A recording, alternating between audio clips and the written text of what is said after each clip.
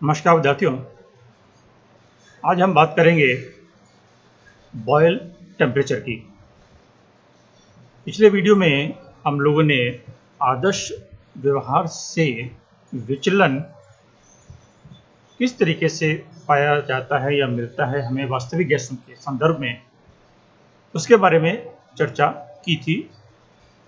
और यदि आप उस वीडियो को देखें तो उसमें हमने कुछ प्लॉट्स या ग्राफ्स डिस्कस किए थे, तो उन्हीं पर आधारित कुछ डिस्कशन और करेंगे और वहाँ से हम एक टेम्परेचर के बारे में विशेष बात करेंगे जिसको कि हम बॉयल टेम्परेचर कहेंगे। तो वो बॉयल टेम्परेचर क्या है, उसका क्या तात्पर्य है, इस पर एक छोटी सी चर्चा करते हैं। ये देखिए, इस तरीके का ग्राफ आपने पिछले वीडियो में अगर आपको ध्यान हो या देखें तो आपने देखा होगा। इसमें जो प्लॉटिंग है वो एक तरफ तो प्रेशर है और दूसरी तरफ कंप्रेसिबिलिटी फैक्टर है।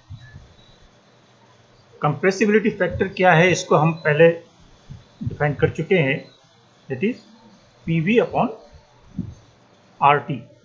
ये कंप्रेसिबिलिटी फैक्टर हम लोगों ने डिफाइन किया था।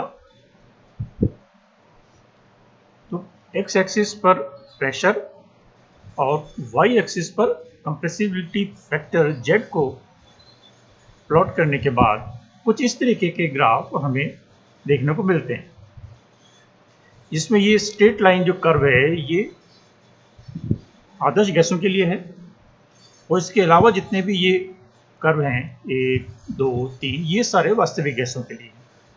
तो अलग अलग वास्तविक गैसों के लिए हमें अलग अलग तरीके के कर्व देखने को मिलते हैं।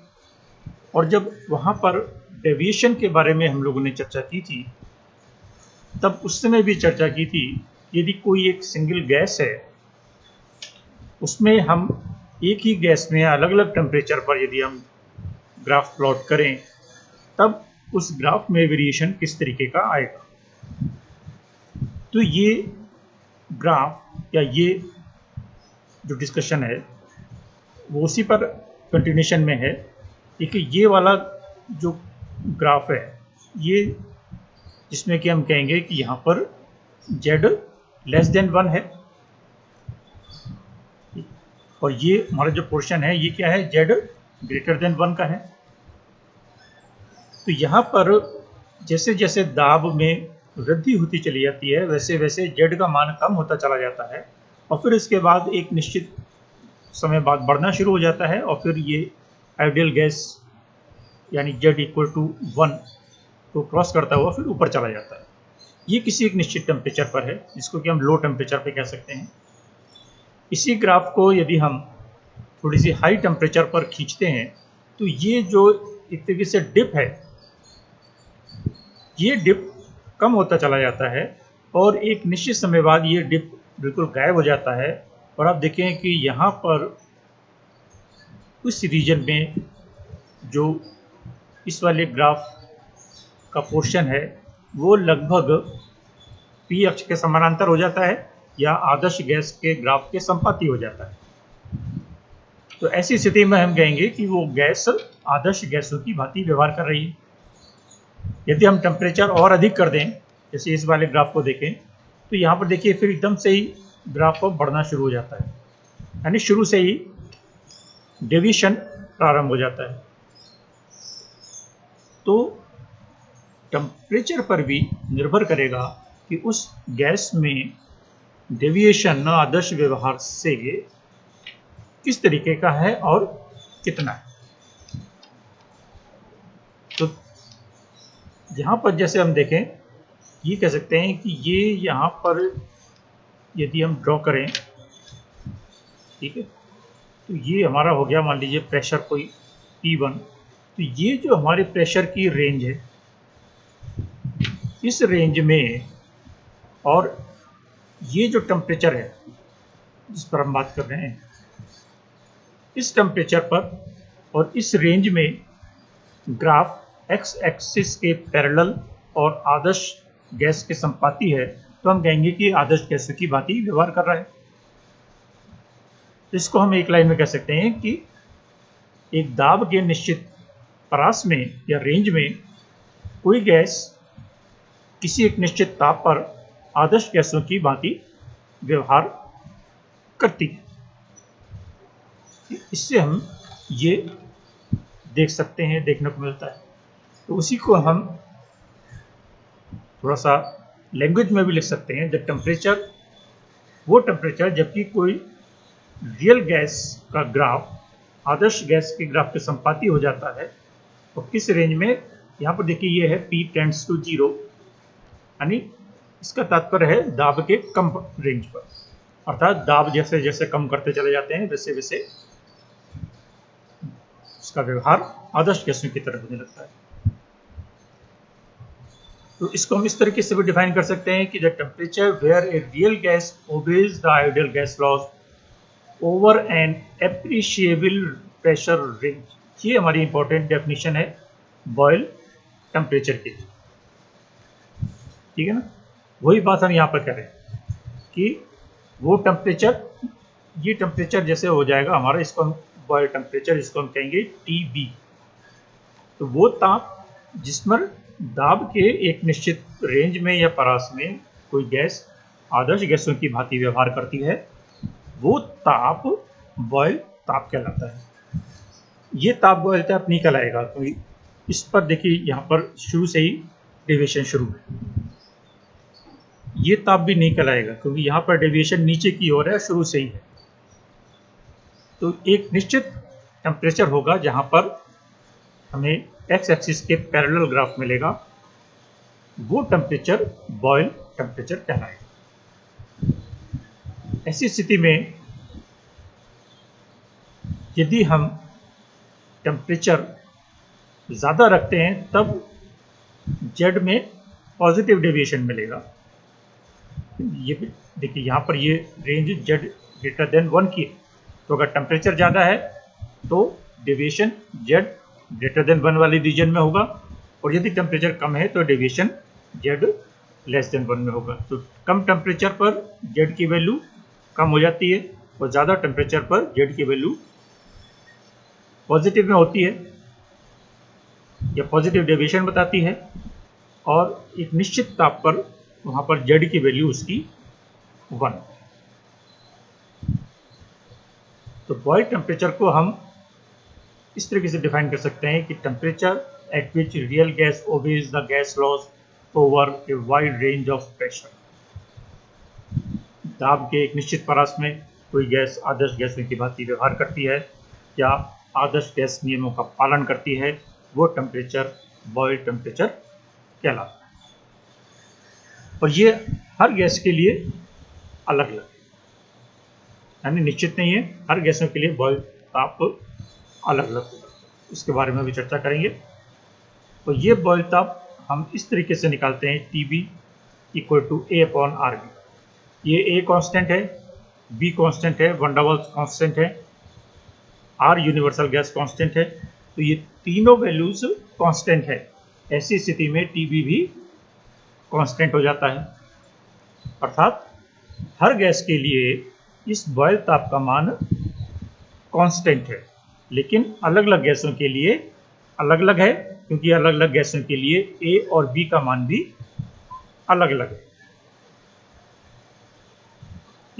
अब ये देखिए, जैसे मैंने हाथ से ड्रॉ किया है, ये T1 टेम्परेचर पर ग्राफ है। ये टेम्परेचर थोड़ा सा और इंक्रीज कर दें, T2 टेम्परेचर पर है, थोड़ा सा और इंक्रीज कर दें तो T3 टेम्परेचर पर है।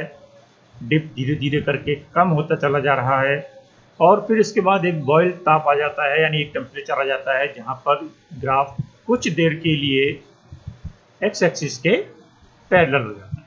तो वो टेम्परेचर हमारा बॉयल टेम्परेचर कहलाता है।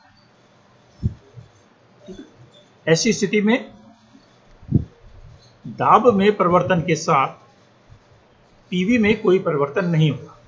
वही हम आइडियल गैस के लिए भी कहते हैं। आइडियल गैस के लिए क्या है कि PV वर्सेस P ग्राफ हम खींचते हैं तो P अक्ष के समानांतर रहता है, अर्थात दाब में परिवर्तन से PV में कोई परिवर्तन नहीं होता। तो वही स्थिति यहाँ पर भी हमें इस रेंज में मिलती है, अर्थात दाब में परिवर्तन से पीवी के मान में कोई परिवर्तन नहीं होता। मैथमेटिकली उसको हम लिखें तो हम लिखेंगे dPV अपॉन dP, अर्थात P में परिवर्तन से PV में परिवर्तन किसी एक निश्चित ताप पर वो 0 के बराबर होगा। तो ये बॉयल ताप के लिए एक कंडीशन बन जाती है, इसका हम प्रयोग करेंगे। 1 मोल आदर्श गैस के लिए हम क्या लिखते हैं equation, P plus A upon V square V minus B equal to RT। ये वंडर वॉल्स इक्वेशन है। 1 मोल आदर्श गैस के लेने से ये यहाँ पर हम लिखेंगे वास्तविक गैस, रियल गैस के लिए, ठीक है ना। रियल गैस के लिए हम इस तरीके से इक्वेशन लिखते हैं, या इसको हम थोड़ा सा रीअरेंज करके लिख दें। तो इस v माइनस बी को उठाकर नीचे की तरफ ले आइए तो ये RT upon V minus B हो जाएगा, और इस a अपॉन वी को उठाकर इधर की तरफ ले जाइए तो ये माइनस में हो जाएगा। तो हम इस इक्वेशन को रीअरेंज करके कुछ इस तरीके से लिख सकते हैं। इस इक्वेशन को v से गुणा कर दीजिए, तो v से गुणा करते ही ये v यहाँ पर भी आ जाएगा और यहाँ पर एक v कम हो जाएगा। नेक्स्ट स्टेप में हम इस इक्वेशन को दाब के साथ परिवर्तन देखना चाहते हैं, ठीक है। तो ऐसी स्थिति में हम इसको करेंगे dPV अपॉन dP, अर्थात PV वाला जो टर्म है उसमें दाब के साथ परिवर्तन हमको देखना है। लेकिन यहाँ पर जो हमने PV के लिए फंक्शन लिखा है इसमें कहीं पर भी दाब नहीं है। ऐसी स्थिति में हम इसको दाब के साथ अवकलित या डिफरेंशिएट नहीं कर सकते। उसके लिए हम क्या करेंगे, इसको dV से ऊपर नीचे गुणा कर देंगे। तो हमारा एक फैक्टर तो बन जाएगा dPV अपॉन dV और एक फैक्टर बन जाएगा dV अपॉन dP। अब ये वाला जो हमारा फैक्टर है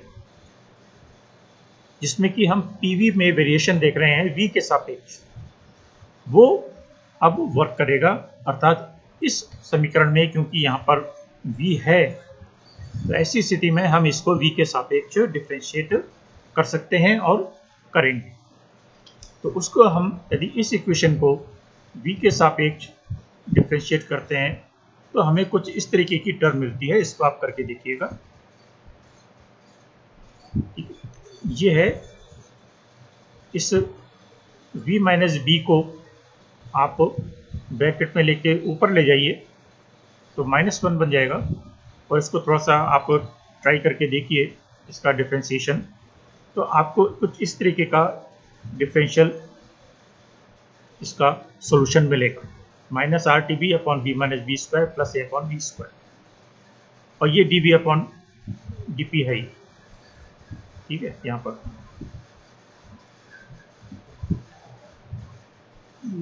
dB अपॉन dP है, इसको dB अपॉन dP है ये यहाँ पर, ठीक है।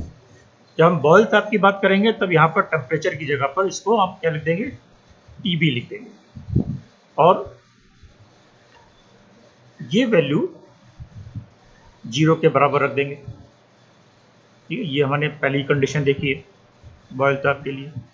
तो जब हम इसको 0 के बराबर रखेंगे तब ये जैसे आप देखें तो ये वाला फैक्टर इधर की तरफ जाकर 0 हो जाएगा, खाली हमारे पास क्या रह जाएगा, -RTB into B upon B minus B square plus A upon B square equal to 0।